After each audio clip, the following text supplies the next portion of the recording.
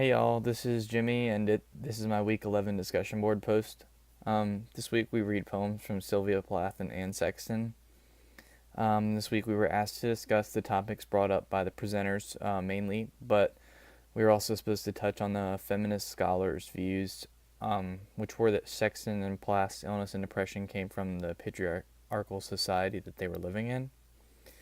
First, I'd like to talk about the types of poetry that we've read from each of them. Plath was definitely a great poet, and I really liked that she was telling a story when she wrote poems. You could tell that her poems were coming from her own life and experiences, and she actually kind of furthered a genre of poetry, I guess, which was from that confessionalism.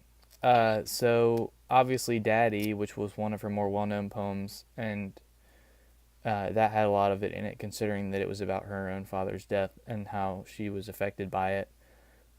She was only 10 when he died, and even in the poem, she remarks that when she was 20, she tried ending her life because she wanted to be with him again, which was also kind of an early indicator, well, was an indicator that, she was having a lot of suicidal or ill thoughts.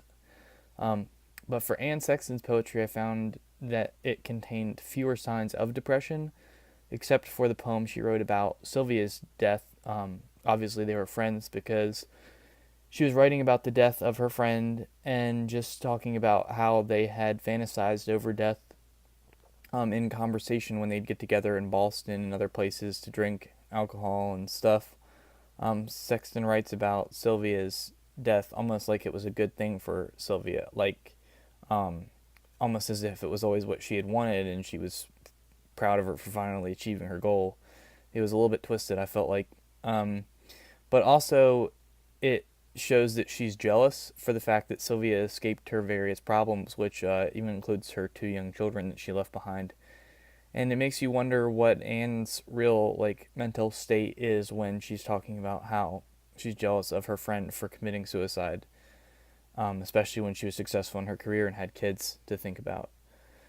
I enjoyed reading what both poets wrote, but I find it very odd that they both ended up killing themselves. Uh, and interestingly, they both did it in essentially the same way, which was inhaling toxic vapors until dying of asphyxiation, which is supposed to be a more peaceful type of death, but still, I don't think it'd be great. Sylvia did it by turning on the gas in her oven and sticking her face inside, breathing in the toxins until she passed out and died, probably of, suffocation. And then Anne did it by sitting in her car with the garage closed and the car running until the vapors from her exhaust basically killed her the same way. It's just a little interesting to me that the two friends went out the same way, and also it was because of Anne that that happened, because Anne died after Sylvia, obviously, and so I guess it was up to her to do it in the same way, and maybe she was a little bit jealous of how Sylvia died and wanted to be like that.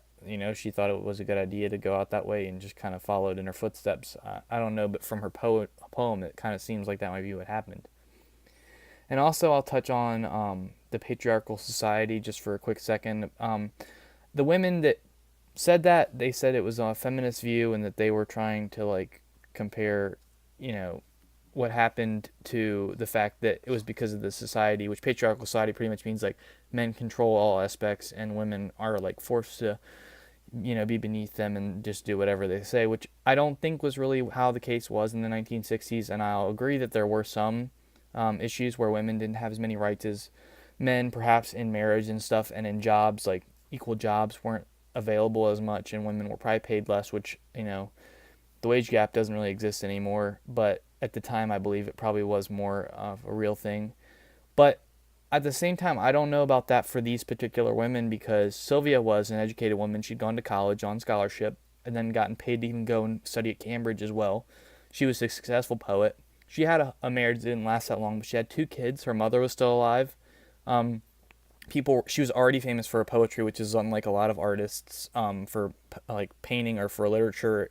All the same is that they don't get famous a lot of times till after they're already dead. So she was already pretty well known for what she was writing, and it just seems a little crazy to me that they would say that the society was what made her depressed, when she was a successful poet that got a free education and was divorced from her husband. Her husband wasn't abusive or anything. She just didn't get along with him.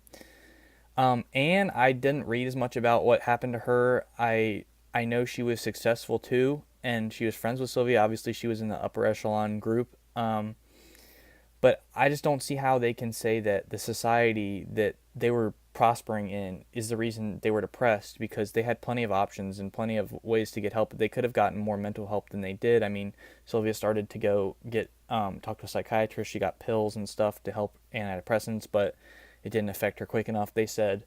Anyway, I just, I don't think that that's a fair thing to say. I don't think that the society they were living in had anything to do with that, and they were just, getting depressed from other things, or maybe it was just their natural mental health. It just, to me, I don't think that the society had anything to do with them killing themselves.